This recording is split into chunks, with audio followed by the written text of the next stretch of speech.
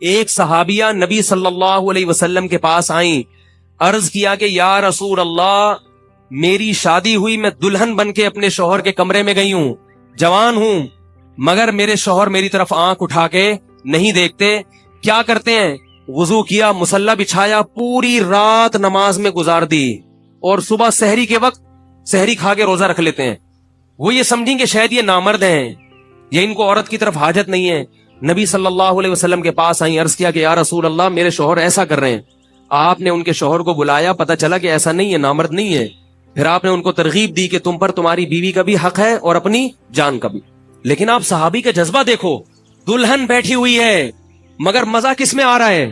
نماز میں مزہ آ رہا ہے, روزے میں مزہ آ رہا ہے. وہ تو اللہ کے نبی نے تنبیہ کی تو پھر بیوی کو وقت دینا شروع کیا. تو یہ وہ لوگ تھے جو عبادت کی لذت پہچان چکے تھے.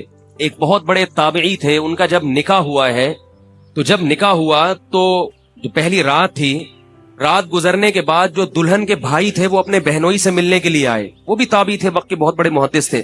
ملنے کے لیے آئے, اپنی بہن سے حالات پوچھے کہ بھئی شوہر کو کیسا پایا تم نے؟ تو انہوں نے کہا کہ شوہر نے پوری رات کیا کیا ہے؟ نماز. پوری رات کس میں گزار دی؟ نماز میں گزار دی. تو تم نے کیا کیا؟ کہ جب میں نے دیکھا یہ نماز پڑھ رہے ہیں تو میں نے بھی وضو کر کے.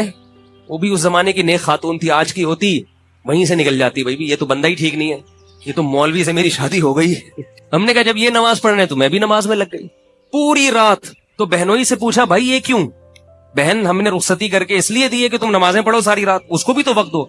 تو انہوں نے کہا میں جب کمرے میں آیا تو میں نے دلہن دیکھی خوبصورت, اور دلہن کا خوبصورت کمرہ سجا ہوا جو ایک ہی دفعہ زندگی میں انسان دیکھتا ہے, اس کے بعد ترس جاتا ہے بیچارہ, ٹھیک ہے نا, دیکھنے کے لیے.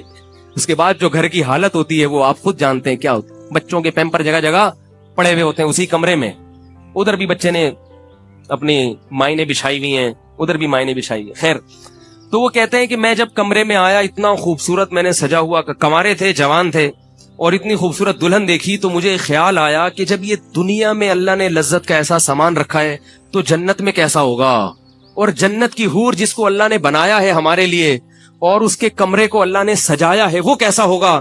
تو میں اس کی لالچ میں نماز پڑھنے لگا اور اللہ سے دعا مانگنے لگا کہ اللہ اس جنت سے مجھے محروم نہ کرنا. میں نے کہا یہ تو کہیں بھاگی نہیں جا رہی ہے, یہ تو اپنی بیوی ادھر ہی رہے گی, پہلے اللہ سے وہ مانگ لو.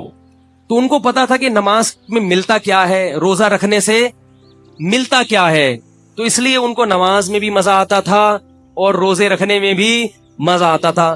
ہمیں نماز, کیونکہ ہماری سب سے محبوب چیز ہے گٹکا, ہماری سب سے محبوب چیز ہے پان, ہماری سب سے محبوب چیز ہے چائے, ہماری سب سے محبوب چیز ہے تمباکو, سگریٹ. ہمیں روزے میں یہ چیزیں نہیں ملتی, لہذا دنیا کا ہر کام کر سکتے ہیں مگر روزہ نہیں رکھ سکتے. تو یار کیسے گزارو, نسوار کے بغیر کیسے میں چلوں گا سارا دن, بھائی گٹکے کے بغیر کیسے چلوں گا. جنت کی حوروں سے محرومی اور گٹکوں پہ اکتفا. تو بھائی ہمت کر لیں, کیا خیال ہے, پیر اور جمعرات کا روزہ اور ایام 20 کا, اور گھر میں سب کو رکھوائیں گے تو ماحول بن جائے گا, بیماریاں ختم ہوں گی. اور یاد رکھو روزہ رکھنے سے کبھی بھی صحت خراب نہیں ہوتی. کوئی ڈاکٹر اگر یہ کہتا ہے نا روزہ رکھو گے تو کمزور ہو جاؤ گے, اسے میرے پاس لائیں, اس ڈاکٹر کو آپ میرے پاس لائیں, میں اس کو اپنی زبان میں انشاءاللہ سمجھا دوں. ہمارے نبی نے کبھی ہمیں ایسی بات کا حکم نہیں دیا جو ہماری صحت کے لیے نقصان دہ ہو. ہاں بچوں کے لیے روزے رکھنا نقصان دہ ہے, کیونکہ بچوں کی گروتھ ہوتی ہے, ان کو خوراک چاہیے, کبھی کبھار ان کو رکھوا دیں, ان کو زیادہ روزے نہ رکھنے دیں. میں تو بچوں کو رمضان کے روزے نہیں رکھنے دیتا, اس گرمی میں 2 روزے رکھ لیے بس بہت ہے, پھر وہ جمعے رکھوا دیے عادت ڈالنے کے لیے, جب بالغ ہو جائے تو پھر ہے, کیونکہ وہ گروتھ کا ٹائم ہوتا ہے, اس میں پھر نقصان ہوتا ہے بچوں, اس لیے شریعت نے بچوں کو حکم بھی نہیں دیا. تو یہ تو وہ پیر اور جمعرات کا ہے, اور اسی طرح مہینے میں 3 روزے ہو گئے. باقی کیا کرنا ہے کہ اگر آپ کے لیے پیر اور جمعرات کا روزہ رکھنا مشکل ہے تو یہ کوئی لازم نہیں ہے, جب آسانی ہو اس دن رکھ لیں. ہفتے کو بھی بعض لوگ پیر جمعرات کو پکڑ کے بیٹھ جاتے ہیں, اب ان کو ہفتے کے دن مثال کے طور پر چھٹی ہوتی ہے آفس سے, اتوار کو چھٹی ہوتی ہے, روزہ رکھنا آسان ہے, لیکن وہ کہتے ہیں نہیں روزہ تو پیر کا سنت ہے, میں اتوار کو کیوں رکھوں. تو یہ بھی بدعت ہے. یہ سوچ کیا ہے؟ بدعت. ہمارے نبی صلی اللہ علیہ وسلم پیر جمعرات کا اہتمام کرتے, مگر عائشہ فرماتی ہیں کہ آپ صلی اللہ علیہ وسلم کا کوئی خاص دن نہیں تھا, بعض دفعہ روزے رکھنے پہ آتے تو رکھتے چلے جاتے, چھوڑنے پر آتے تو چھوڑتے چلے جاتے. تو کوئی مخصوص دن نہیں ہے. پیر اور جمعرات کی وجہ سے روزہ مستقل چھوڑ دینا یہ غلط ہے. آپ کو جب آسانی ہو جمعے کے دن خاص کر دینا روزے کو, یہ غلط ہے. لیکن اگر جمعے کو آسانی ہے, جمعے کو اس لیے روزہ رکھنا کہ ثواب زیادہ ملے گا, یہ غلط ہے. جمعے کو روزے کا اضافی ثواب نہیں ہے, اسی طرح جمعے کی رات کو عبادت کا اضافی ثواب نہیں ہے.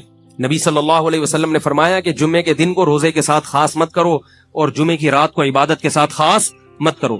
لیکن اگر کسی کو جمعے کی رات کو عبادت میں سہولت ہے تو وہ عبادت کرے, اس پہ پابندی نہیں ہے. جیسے شب جمعہ میں تبلیغ والے جاتے ہیں تو ساری رات گزارنا ہے مسجد میں, تو اب وہ عبادت کر سکتے ہیں اور اس میں انشاءاللہ ان کو ثواب ملے گا. اور جمعے کے دن اگر کسی کو روزہ رکھنا آسان ہے, چھٹی ہوتی ہے اس دن یا اور کسی وجہ سے, تو وہ جمعے کا بھی رکھ سکتا ہے. تو پیر جمعرات کو رکھنا مشکل ہے تو جس دن چاہیں رکھ لیں.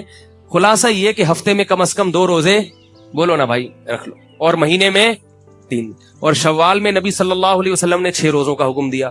اس میں شاید یہ حکمت ہے کہ ویسے تو ہر مہینے 3 کا حکم دیا, مگر شوال میں 6 کا, اس لیے شاید اس میں یہ حکمت ہو کہ رمضان میں جو روزوں کی عادت پڑ چکی ہے وہ ایک دم سے چھوٹ نہ جائے, وہ تھوڑی سی عادت برقرار رہے, شاید یہ حکمت ہو.